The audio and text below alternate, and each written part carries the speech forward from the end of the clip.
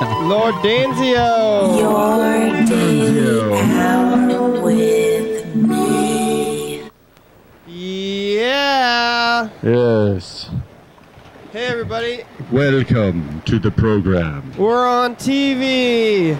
Once a day, every day, we turn on the machines and we Talk. continue talk. For 1 hour. Here we go. I've got kind of an echoey thing going on. I think I'm going to take advantage of it. You got robot voice today again. You may call me Lord Danzio. It's Monday. Yeah. We're back here on the couch again. Yeah, here we are once again. You can tell what day it is. And Dan is here again. Yes. It's probably a day of the week that has an M as the first letter. Yeah. How are you doing today? And why is the last? I'm doing pretty good. Had a busy day yesterday. Mm-hmm. And I sold paintings after Arts Walk. Oh, yeah? Yeah. How? They saw them at Art Walk and they came back and they bought them. Wow. Yeah.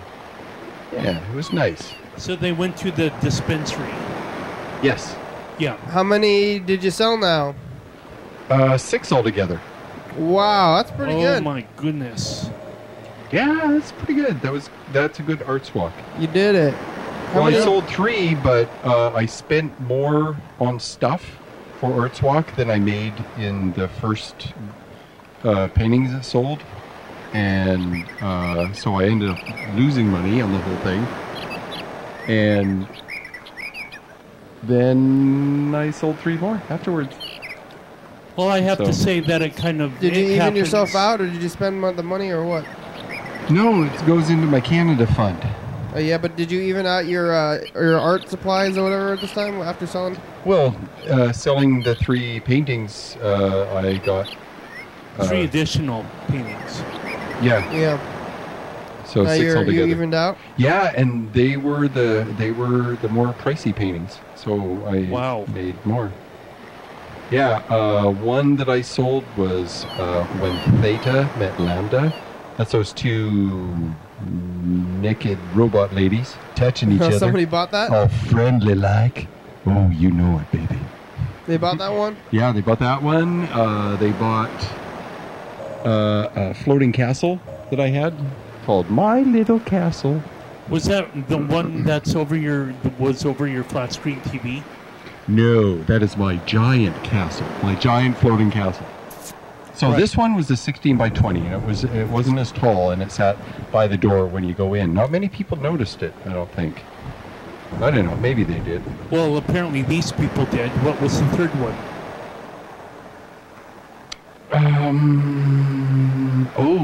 Dolphin. And that's a silvery ship flying in a blue sky. It was up near the little greeting window at the where you talk to the person. Yeah, lots of people have them sitting in their homes now. Yeah. Great.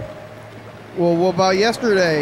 Also, Saturday night, I finished that giant painting you gave me. Oh, good. And I put a spaceship in it, and I didn't get around to bringing it back. How do you know it's finished? Because I signed it. Okay. Oh, fair enough, yeah. Now, so if you remember, it was a landscape with a horizon, and in the foreground was a little stone terrace with a little stone wall, and a little opening where you'd presumably walk down steps or something. And then there was this kind of a short little valley and vineyards on one side and trees on another. And above the horizon, a flat kind of grade, kind of not much happening in it horizon, is a super, super yellow, orange, bright sunset. And so I decided that I would only paint in the sky area. I didn't do anything else to the painting. And so I signed it up in the sky area. Oh, yeah? So I left the other person's signature, and I didn't mess with the rest of it. And I painted clouds and a spaceship and a moon. You know, maybe, if I get back to it, because it's over at my friend's place, if I get back to it before Monday, I need to fix the little moon. The artist, the original artist, painted the sun and the clouds in front of the sun.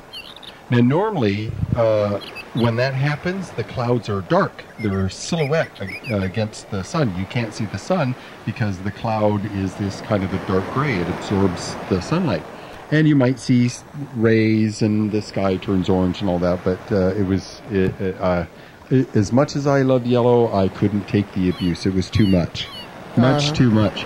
So I painted clouds over significant portions of the sky in a way I thought that it should look in nature. And then where the sun was, it was kind of weird because they used white and they had sun rays coming down from where this kind of white area was, but then they had a yellow circle in a different position. So I painted the moon over top where that little sunlight thing was, and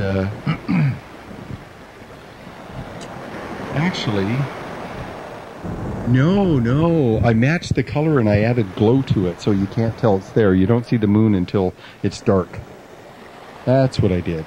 Yeah, I was being a sneaky bastard. And then I added stars, and I think I did really well with the ship. I've never painted a ship like this before. Yeah? Yeah, it's a flying saucer. I've never painted a flying saucer.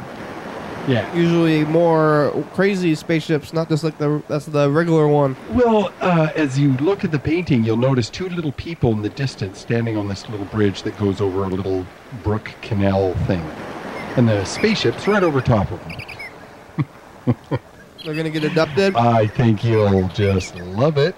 So, I will bring it back either on the next program or the one after that. And it should go on the wall. Yeah, we'll put it on the wall. Yeah.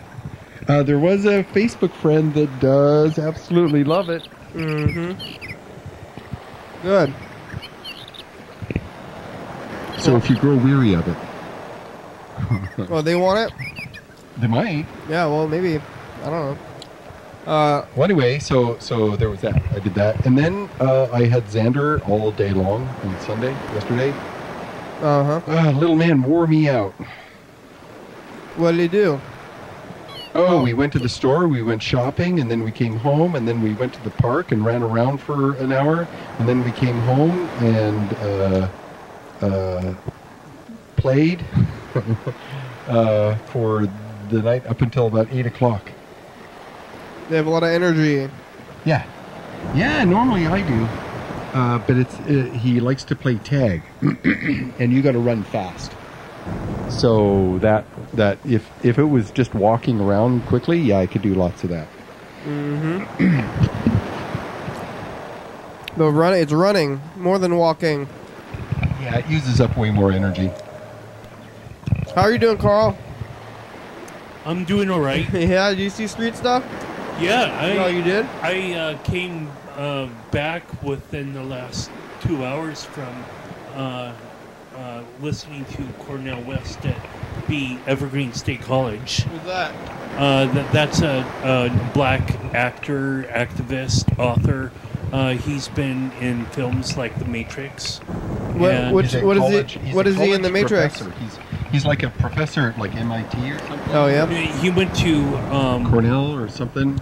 Yeah. Well, that's his name is Cornell, right? Yeah. No, okay, so he's at like Harvard. Who did he play in The Matrix? Harvard or something.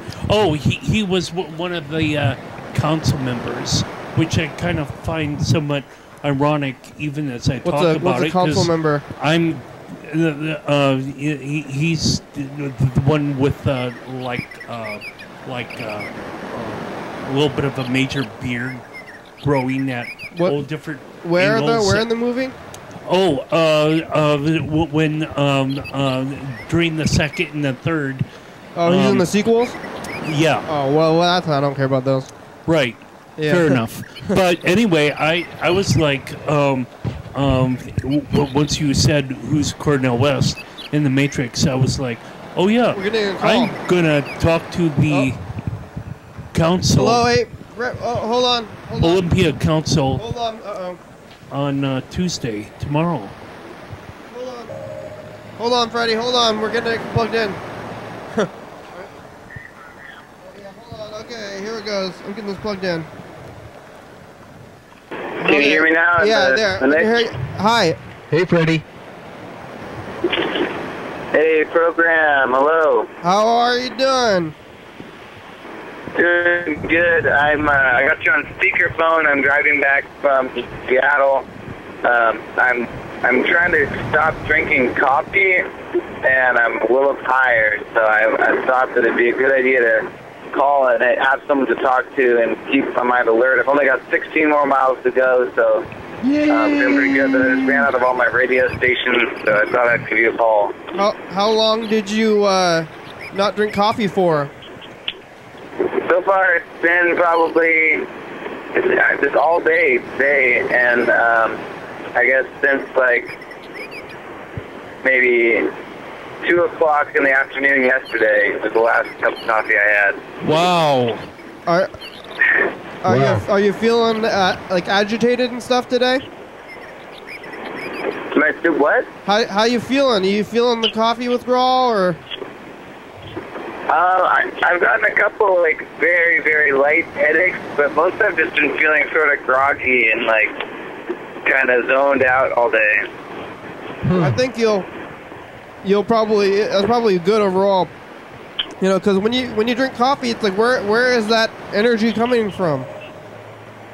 I don't know. I guess it's probably pulling it from somewhere inside of me. I just need to figure out how to tap into that as myself rather than using the coffee to get there. I think, because, you know, my brain just isn't used to turning on until it has the coffee, and then you know, it just doesn't turn on all day, and I've sort of been floating around a little bit, maybe more today than usual. There's been a couple times that I've stopped drinking coffee, just stopped drinking it. And if I remember... Oh, it's Monday. Hey, Dan Bennet's there. Hey, how you doing, Freddie? He's doing good, he said earlier. So, yeah, there's... Do you hear about this UFO thing that they might have seen in, I think it was in San Francisco? There's like some unidentified lights that were floating above the city, and they didn't know what they were, and the military didn't go after it, and then they kind of disappeared. Huh. No, I hadn't heard about that. I heard about it on the radio. Okay, yeah. But I don't know. Apparently, the people also said that there's been more UFOs lately than before, and that they think maybe something big is happening with the UFOs. I seen a UFO. Yeah. Time to fire up those Facebooks. I think they're real. They could be real. UFOs, they're real, but you don't know where they are. I think that they're terrestrial. Oh, they're terrestrial. Yeah, that could be. I believe in them. I saw them one time, but I don't think that they're alien. Oh, it's entirely possible that there are aliens flying in spaceships in our sky. It's entirely possible. I think that they're probably like secret planes, or maybe, you know what? Maybe weather balloons or something. Hello, Will Smith. No. I think when I saw one, I think maybe it was a weather balloon, because I was trying to think of it for a long time, what it could have been, and then I saw that like weather balloons could have lights. So I think they can fly these weather balloons up or whatever, and they get up. Wait. Huh? I don't know. I'm trying out my speakerphone function, and I think it's even worse than actually having the phone up to my ear. I can't hear hardly anything. Oh yeah, maybe we could turn it up. How about now? Is it better now? Yeah, it's turned up all the way. So now we're turned up though. Can you hear me now? Can you hear me now? Can you hear me now? No, I don't think that's better. Yeah, it's turning I don't into know. a Verizon Maybe I'm gonna commercial. I'm almost back. I might keep driving. I'm having a hard time hearing it, but I gotta catch up with the production in tomorrow. That's something I'm gonna do. And then tomorrow I want to call in and tell the story I saw on the streets. It's a long one. I think I'm going to tell you tomorrow. Maybe I'll leave a message. Sounds good. Can you hear me okay? Do I sound okay now? What? Oh, yeah, it's a little better now. All right. Okay, thanks, Freddie. Bye. Okay, drive safe. Bye. Be well. So, have you seen those videos where they put like a hamburger and they say it's a hamburger in space or something? So all you gotta do, if you just get a really, big like air balloon, it'll fly and all the way up into the atmosphere, which is almost space. And if you put a video camera on it, it looks like space. So people are attaching their, fancy cameras to like a weather balloon kind of thing and flying it up, and then it goes. It pretty much goes into space. Like if you watch a video, it looks like you can see it. It goes through the atmosphere, and then it's in, black space, and then it pops and it goes back down. But I think if somebody just put a really bright light on one of those things and it fly up into space, it would look like what I saw, which was just like a flying light that was stationary, that was really bright and kind of just moving around slowly. I have seen a number of GoPro YouTube videos where some sort of scientist, or science teacher at high school or college would send up these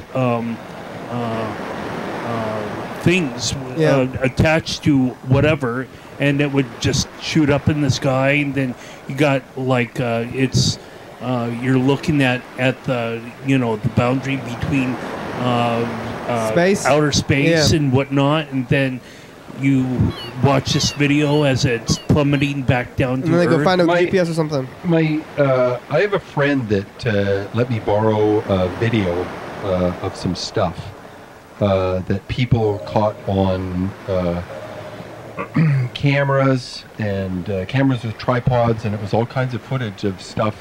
I'm not sure where it was from. It was near, I think he may have said it was near Area 51. Something like that. It was in whatever state that is in. Nevada? Hello? Yeah, that's Nevada. Hey, me again. Freddie, I just wanted to say that I saw a shooting star when I was driving. What? Well, that's crazy. Yeah, it's the full moon, and I had just gotten on the freeway up in Seattle at about maybe 10:20.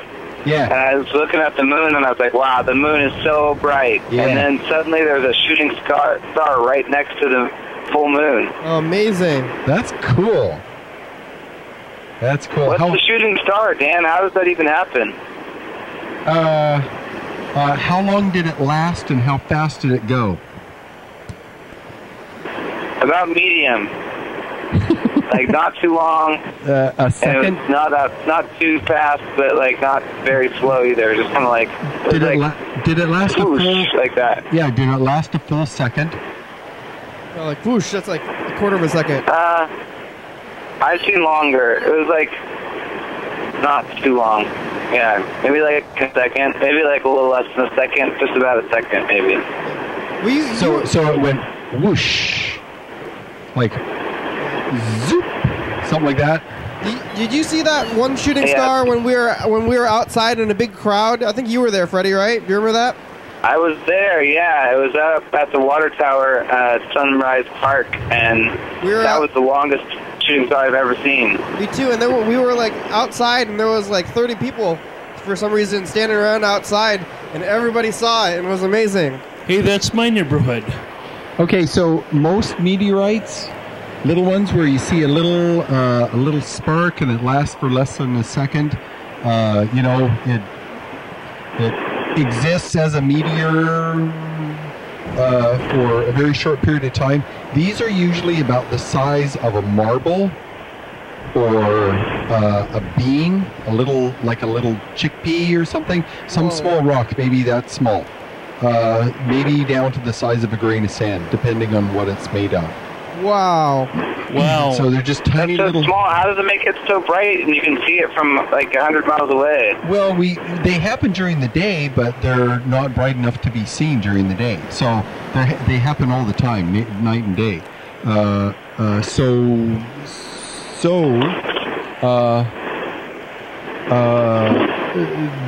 they're not necessarily brighter than daylight. Otherwise, we'd see them, unless they're some of these giant fireballs that they captured on video.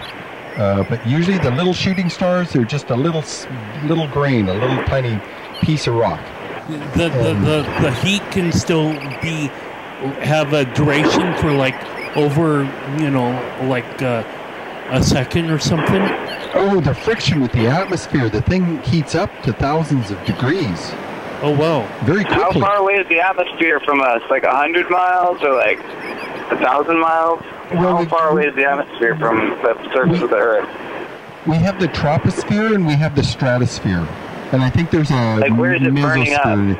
Is it burning up in the troposphere or the stratosphere? The upper one.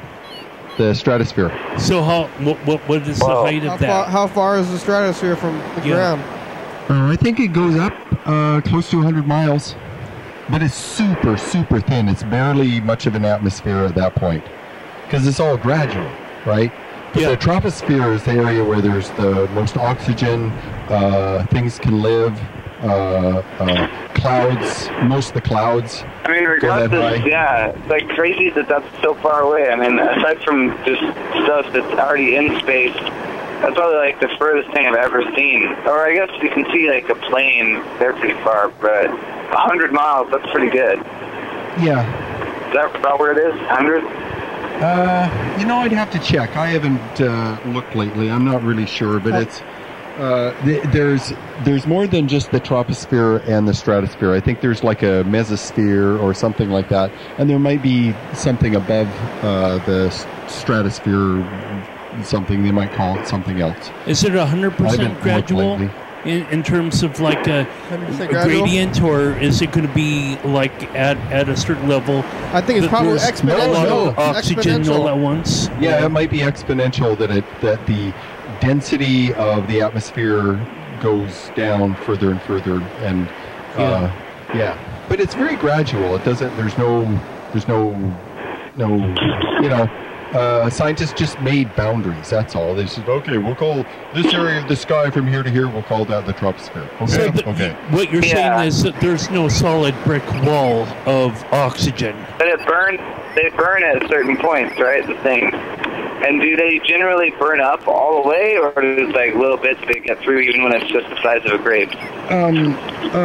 There's a size factor. The bigger it is, the more stuff there is to burn off and vaporize.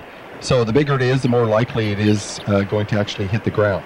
And I think does that happen pretty frequently, or is that infrequent? No, that's the bigger they are, the fewer they are. Oh. Didn't one hit in Russia? Is it like space garbage? Pardon? Yeah, it could very easily be space garbage too. There's thousands of bits of pieces of shit floating up there, little flecks of paint. How come and those satellites aren't and falling down ever? They eventually will. The atmosphere actually goes up to 200 miles out there, maybe even close to 3. Is it going to hit something? It's super tenuous, and all the satellites, all the low Earth satellites, including the space station, all those. I think the Hubble is a lot higher than that, but they experience a very slight atmospheric drag. And over time, they slow down more and more. And the more they slow down, the lower they drop to the Earth, and eventually all low Earth orbits will eventually fall back. All of them. Well, that's so crazy. They don't have like propulsion on those? It seems like they should make it so that they're not going to just fall back and crash into the Earth. Yeah, some get fuel. And after 20 years, the fuel runs out, or after 10 years, the fuel runs out. You don't need much. You just need a tiny bit of a push every now and again. Just a little bit. Wow. I had no idea that the satellites were going to do that. Why does the moon stay up and never... Okay, when you get to about 600 miles, there's not much to offer a drag. The Hubble... it's low Earth orbit, I see. Yeah. There's a huge number of satellites that are in geosynchronous orbit. And they're 26,000 miles out. And they take 24 hours to orbit the Earth. And so they take the same amount of time as the Earth is turning. And so they are stationary over top the Earth at all times. weather satellites do that. Spy satellites do that.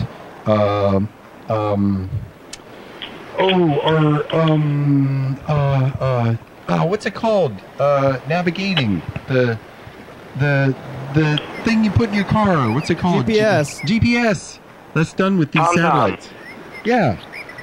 All these. They use these satellites, and basically, the satellite sends a ping to your device, and your device sends a ping back, and it measures the amount of time and knows exactly how far away you are, and then triangulates that with other GPS satellites all the time to figure out where you are. That's crazy. Okay.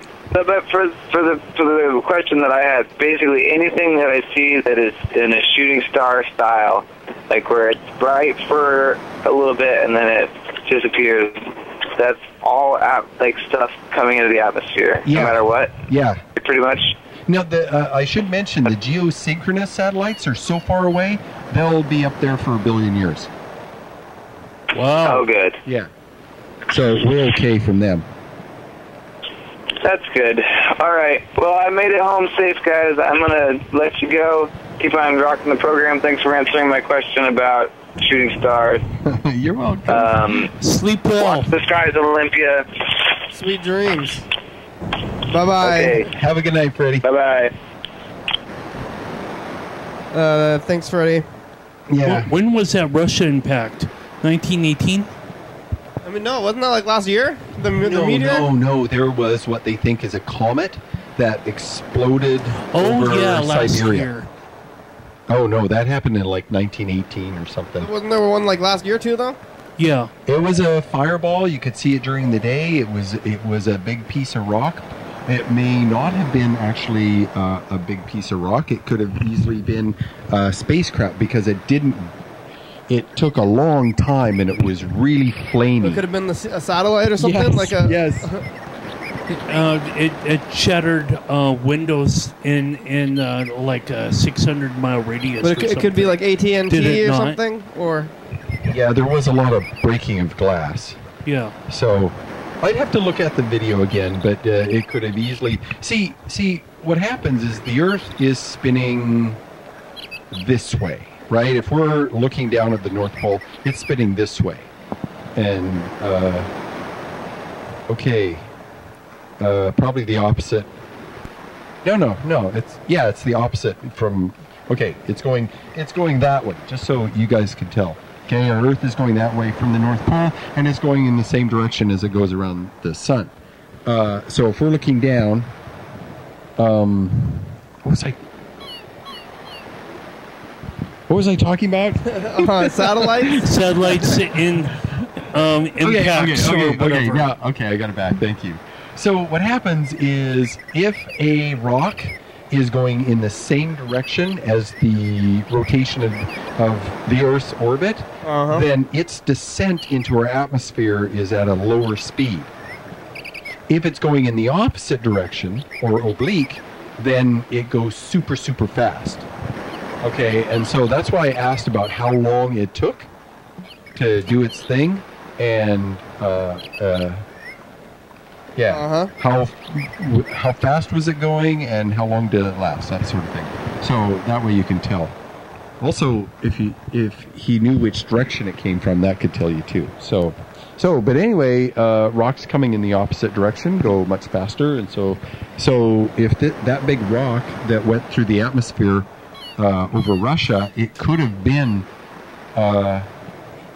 coming in at an extremely low angle, just like as if it's going to skim the top of the atmosphere, a low angle, and at a similar speed, then it would last a long time. But something like that would still come in thousands of miles an hour, and the sonic boom alone of its passage would, shatter windows for sure. Yes. Wow. Now, I think they found it did hit the ground, I do believe, and they have been looking for parts of it. I think they found some. Look at that. There it is. Oh, yeah. Here we go. 3, 2. Okay, go get him, Carl. Space. Oh, wow, the shooting stars. Yeah, that one was crazy when me and Freddie saw it in the crowd. Okay, I'm going to have a wish for a 3. Oh, wow. What was it? 3. It was? Yeah. Oh, it's the black one. Oh, I was like, wait. Yeah, that was fast. That was a fast wish. Yeah. Well, I had to think of something. Tiffany, you know Tiffany, Carl. I voted last time. You know Tiffany? There she is. She's kind of cute. That's number 3. Okay, good. That's you and Tiffany. Me and the cute one. Nice. Thank you.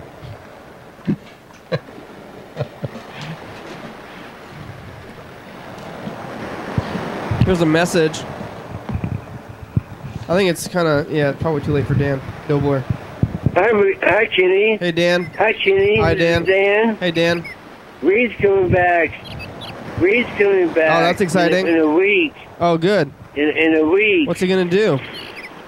And I'm looking forward to seeing him. I'm doing okay. Oh, good. I'm doing okay. Good. We like to hear that. Well, You speak coming yourself, back, but yeah, I guys. do. Also.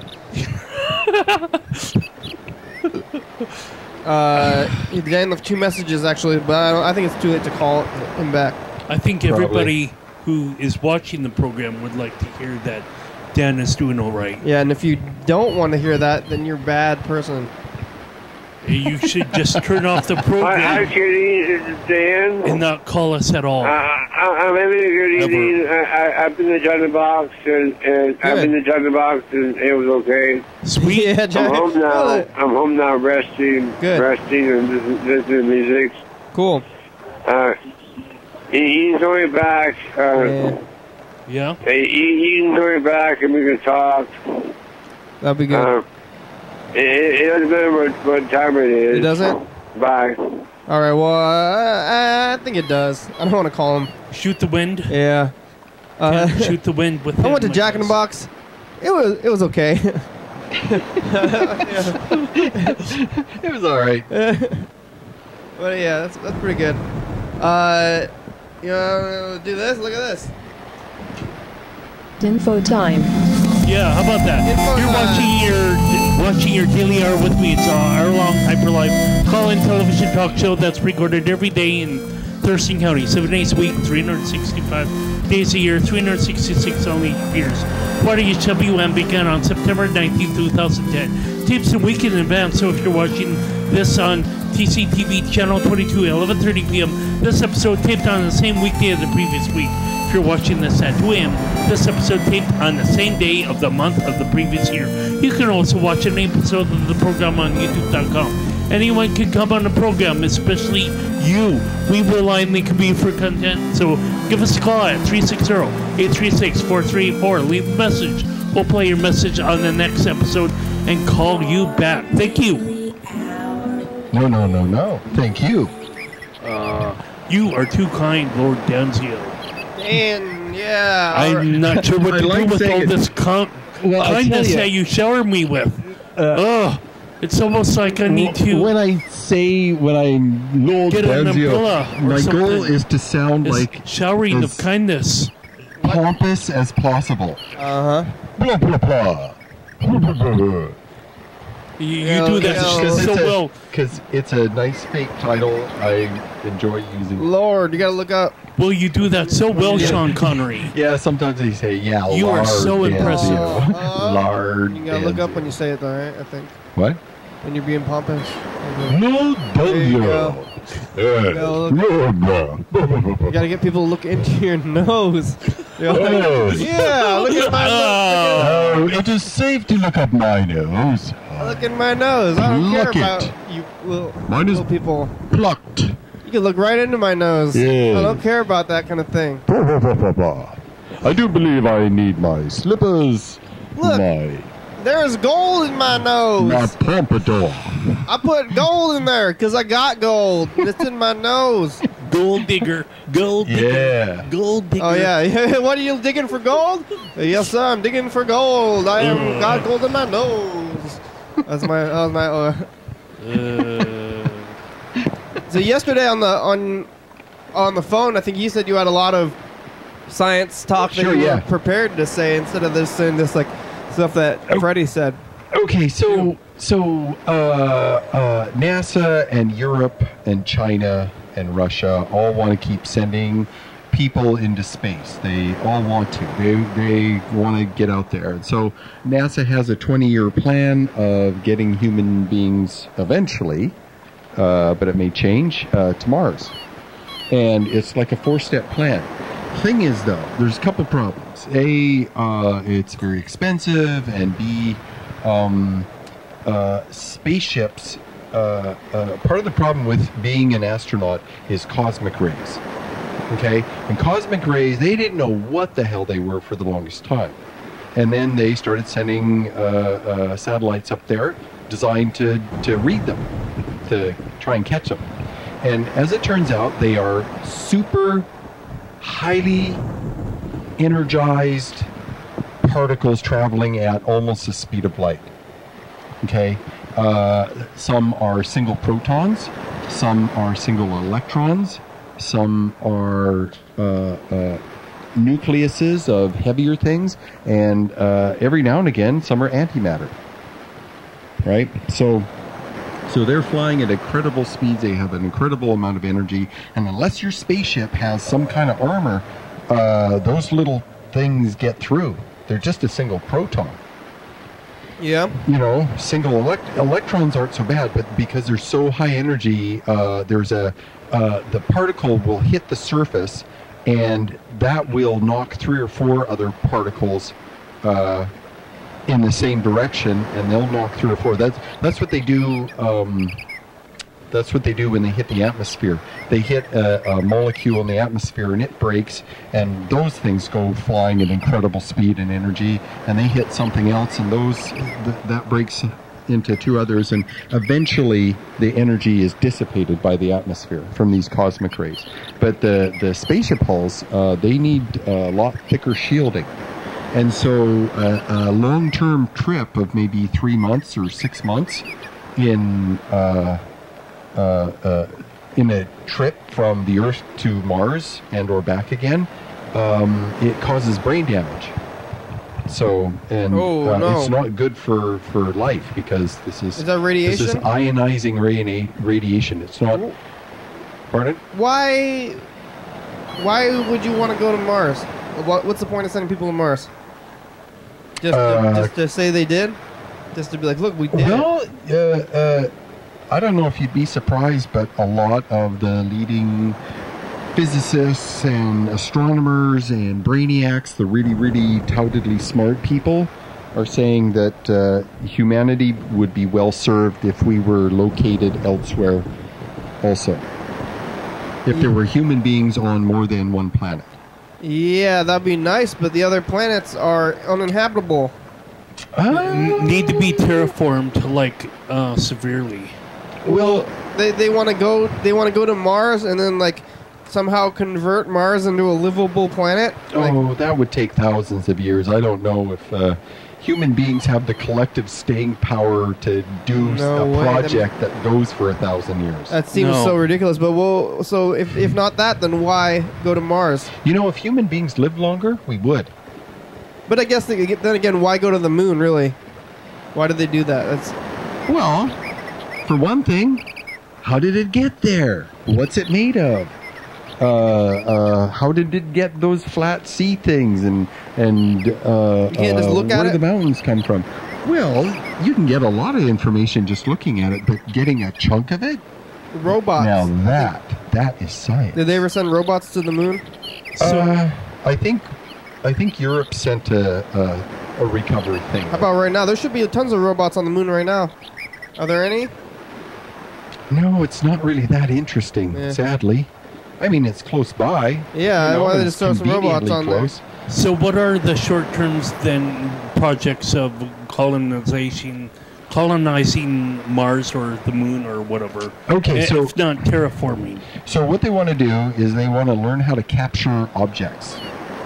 Right now, we can spaceships can hook up with each other. There's a standard coupling thing. Spaceships, the space station, the Russian hookup thing, the it's an international little thing, and so spaceships can hook together, and they've been doing it for a long time, for like 30 years. Oh, more than that. Well, since 70s. Okay. Okay, so but a rock free floating in space is a lot trickier kind of thing to get a hold of. I mean, you know, how do you grapple that thing? So they need to practice that. The second thing is they want to send robots out to grab asteroids and put them in this parking spot in between the Earth and the Moon. There's this little stable orbital spot in between the two where the gravity is just right between the two, and park things there, and then human beings can go and take a look at it. So sending robots to go out and grab stuff and bring it back to where we can have a lab. Mm-hmm. You know, they could put a space station out there. So wow. Yeah. So where's the International Space Station in relation to this current space? Low Earth orbit. It will come crashing down at some point. And so that's one thing. The second thing is they want to develop better ion engines. And I am thrilled with ion engines because they're so cool. You can't use them to lift off of the Earth or the Moon or anything because their thrust is so weak. But ion engines are extremely efficient, and they just can keep going and going and going and going. And so for you space propulsion. Yeah. So we have probes that are already using them, and there's another generation of them coming out for the next wave of probes that are doing stuff in your Earth, and they want to use these ion engines to send robots out. And they'll be able to get there relatively quickly because the engines are on the whole way there, and then they flip around and they slow down. Yeah. They get there very quickly. If you're using chemical engines, you go slower, really fast, and you speed up really quickly, and then you have no fuel, right? You use up your fuel to get speed, and then you just coast. And then, or you save half of it, and so when you get to your destination, you spin around and you go, right, in reverse thrust and slow down to a manageable speed. Well, but ion engines are really the way to go. But why? I still don't get why they're going to Mars. It's like, just because we can. Yes, because they want to, and they're trying to. Is it like? It's not like space race #2. Like China is trying to, like, we're gonna go there, or. And I don't think China is quite technologically ready yet. Yeah. But they're getting better. They're just saying they're gonna go there. I mean, they haven't. But is NASA trying to go there? No, it would be an international thing. They're just like, look, we're at Mars. All the major countries would collectively work together to do it. Look That's the what only we way did. it's going to happen. Well, it's the next step. We went to the moon. What are the? It only makes haven't sense they, like, that not we go gone to into like the ocean or something? Yeah, there's a vast percentage of the ocean, the bottom of the ocean, we have not explored. We have no idea. We should finish off the ocean first. Maybe at the bottom of the ocean, there's something that'll tell us about Mars.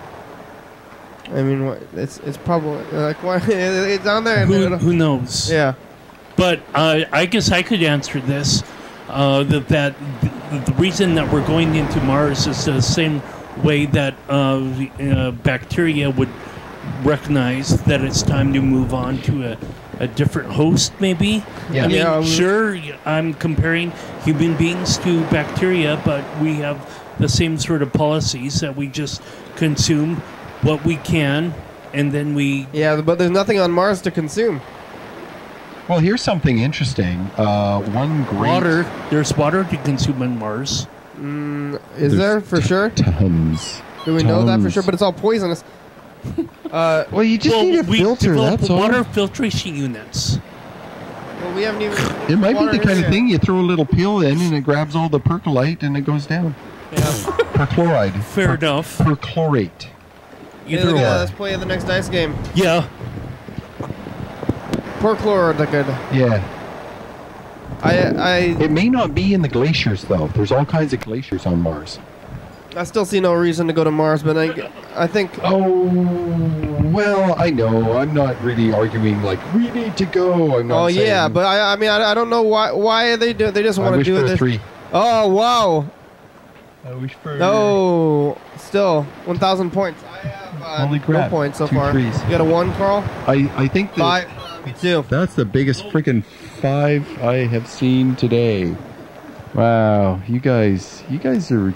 Hey, you're colluding against me. That's what's happening. Maybe. You and your 5. I don't know what's going on when we share the same numbers. What is up with that? Well, you guys... Hey, look at this. It's last year. I'm trying to look at it, but the air's in the way or something. And that bag thing. That bug. Yeah, hey everybody, it's Grasshopper. the commercial. Oh, Sam, you tired? Oh, it's a commercial though. I Yeah. want you to watch. Hey, Sam. Sam is here. Hey, Sam. Yeah. Ooh, it's Mother's Week. We talked to Sam's mother. Yeah, a really Sweet. good time with my mom. Ooh, listen to Mr. Ginsu. He's mad. Super He's- mad. Mr. Ginsu's gone off. he's He's mad. mad For sure. Born every night, 11:30 and 2 a.m. on TCTV channel 22. And mad every once in a year. oh, At 2 a.m. 106.5 FM, low power. Next week is theme week. No, he's gone crazy. Well, this is one of the things that I believe that we wanted to ask you about in terms of mental health. Oh yeah, Oh, is okay. this- yeah. Mr. Ginsu's gone off the deep end. But let's play this final dice game. Here we Before go. we get too heavy into that stuff. Yeah, Oh, I need to make more wishes. Mr. Ginsu has been seeing bugs and then getting paranoid and then saying he's gonna never talk to us again. Well, I think Interesting. Yeah, Okay, he's gone off the. I'm gonna wish for... Oh well, 3. 1,500 I'm points is very wishing unlikely for to more come back threes. now. 1-1. Nope. You did it. Well, you didn't get all the 3s, but you won. How many 3s? 3. That's not the right. 3 threes. That threes. is like the thing of the thing. That's the what you. That's That's what the you. thing of the That's what thing. you want in the dice game. Yeah, 3 threes. That's like a perfect score to me. We or did. something. Well, you got it. Perfect. Yeah, something. It's a You level. did a thing. It's a level up. You of did 3. a thing. Yeah, You totally but I remember won. that there were 5 threes. You won extra. I think rolled on Sunday. Yeah, but well, yeah. If it was 6 threes, I think that would be the Oh my number God. 1. But 2 or 3 threes is the. That's Yeah. the Second. that's like the big kahuna for you, Dan. Yeah, I'm really feeling like Lord Danzio now. Here, I got my 3 threes, and I just wished for it.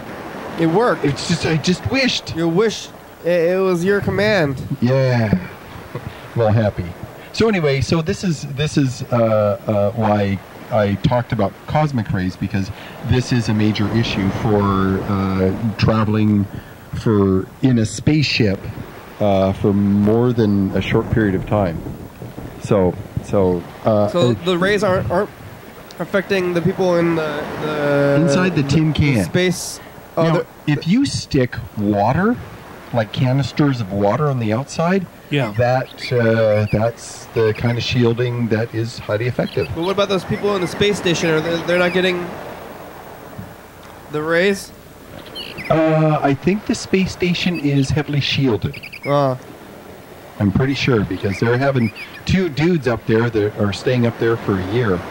Yeah, this space station is like a lot larger, and it's got a lot thicker hull because there might be little micrometeorites, and so yeah, the space station has a lot of shielding. Okay, so you talked about the molecules or the atoms or whatever, the just like The particles. impacting. Yeah. Could you eventually see the pits? For like maybe the ongoing process. 30 or 50 years down the line. See what? See the pits that are created, like pits on the rind of an orange What are you talking about? on the spacecraft. Oh, the little dents from the Yeah. bits and pieces hitting it. Oh Yeah. yeah. Oh yeah. The dust? From dust or yeah, from the particles? dust and little tiny those micrometeorites coming down. How long when would they it hit? How long would it take to see the pits? Would just like What do you 10 say? years? Moments Are you saying after pits? it was hit. No, a pit like a pit like that. Oh, a pit. A pit. Yeah. Oh, okay. Yeah, a little I pit. was like, what are you? Well, What's like Yeah, the see- little see how little that's a pit right little dots, the little indentations. You're Yeah. talking about pictures. No. See, picks of what? Uh, Yeah. So, how long would it take to kind of have a pit manifest on the surface of the craft or satellite or whatever? Probably take a long time. How long would it take for a pit to manifest on the surface of the It wouldn't be a pit. It would be an erosion. It wouldn't be a pit. The whole thing would be eroding. Okay.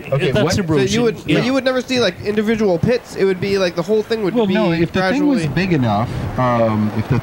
enough, you would see a little tiny crater in the surface, and you would see it how long immediately after it happened. Oh. Ping, like on your car, rockets your car. You were talking like protons or whatever impacting in the proton stuff would be like pretty consistent over the whole thing anyway. So what they would do is they would hit the surface and they would ionize a whole bunch of molecules in a cascading shower. Yes. So right. I don't know if something that small would leave a pit. Right, but I mean over time, like 30 or 50 years, what's the effect of the surface texture of look at the surface of a sponge. Oh, okay, yeah. Yeah. Yeah. Look at the surface of a sponge, but you'd see that looking at it maybe 20 times magnitude in a microscope. Right. Would that take 30 or 50 years to manifest the looking like a sponge? To be honest, Carl, I don't know how many cosmic rays hit a square area of, say, the atmosphere. I know, at any that's a time. question So I that couldn't tell you. Dan in the future or Carl in the future. Okay, so I couldn't tell you. You can answer it. A box floating in space, what that would look like after 50 years. Yeah. It might not be much, it might be a lot, I don't know. I don't know how common cosmic rays are, but they're pretty powerful things. So, I would imagine so. But I think they are, I think they're pretty frequent because of the way they're discussed. Like, the shielding is really important because cosmic rays.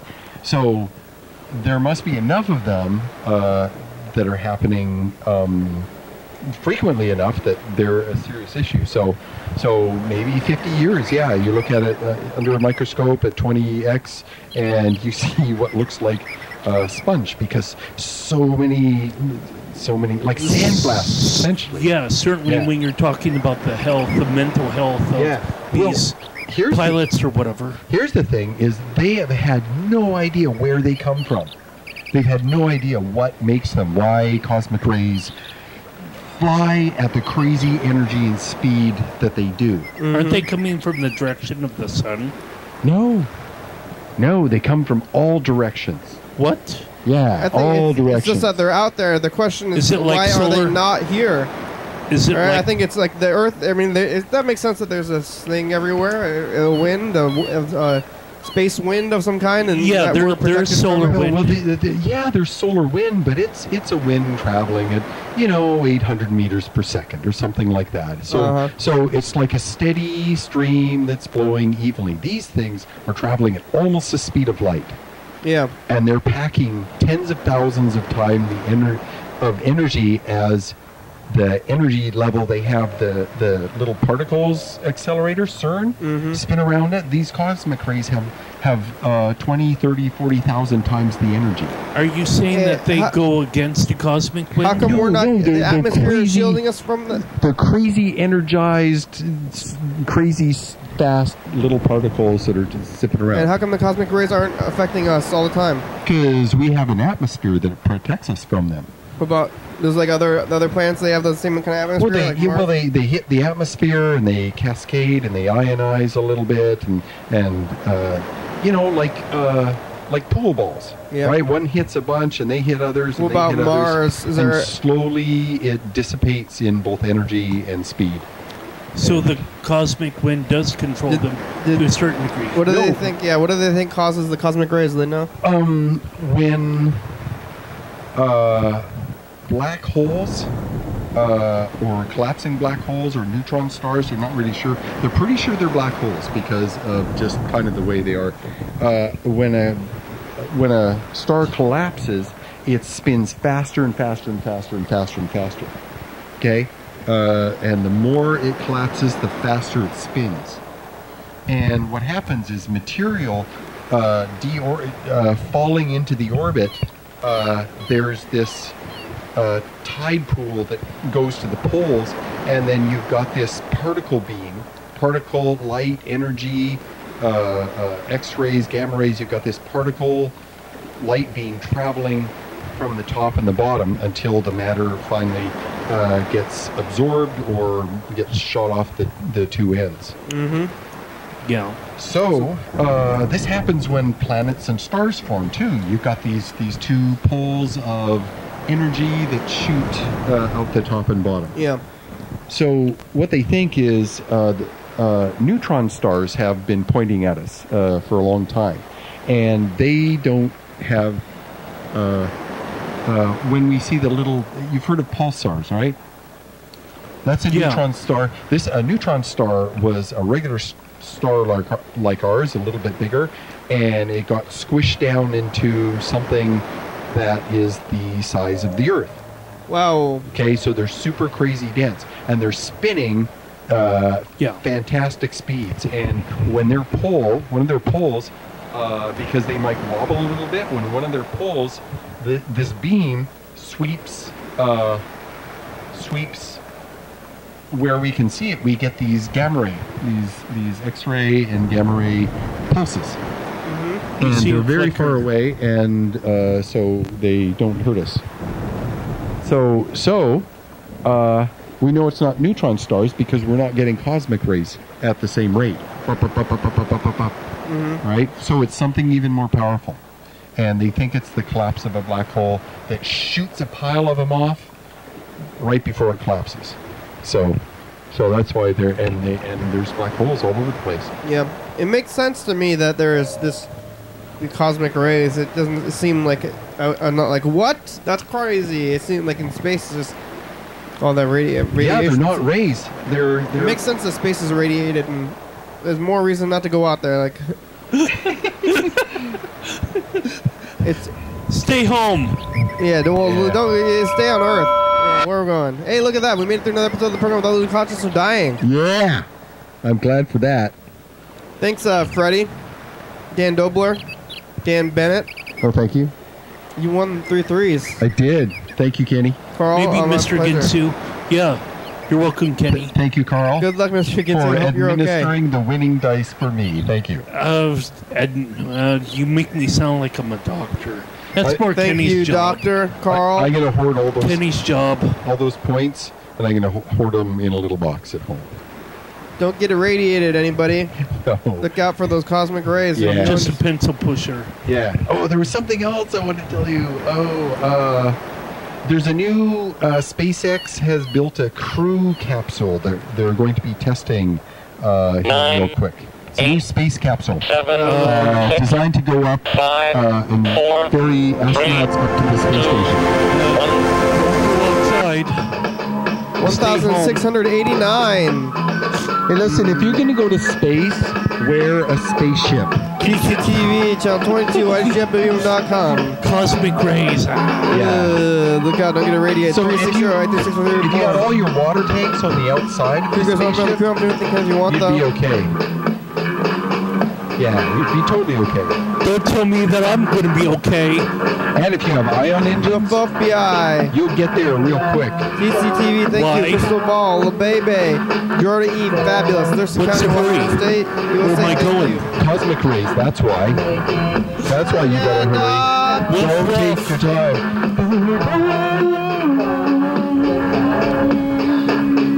Bye. Bye. Coming up on the next episode of Your Daily Hour with me. Your Daily Hour with me. Yeah. Hey everybody, it's the program's commercial. We're on TV here. I had a largely successful experience talking to the Olympia City Council. Okay, so I didn't have everything I wanted to say, but it worked out. Everything and more.